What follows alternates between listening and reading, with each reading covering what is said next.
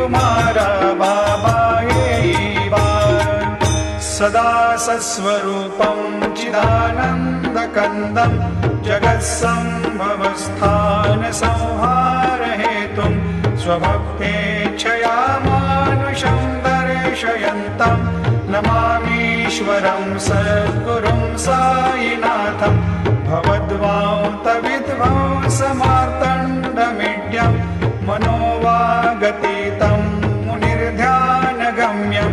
जगद्व्यापकं निर्मलं निर्गुणत्वां नमामीश्वरं सद्गुरुं साईनाथं भवाम्भोधिमग्नादितानां जनानां स्वपादाश्रितानां स्वभक्तिप्रियाणां समुद्धारणार्थं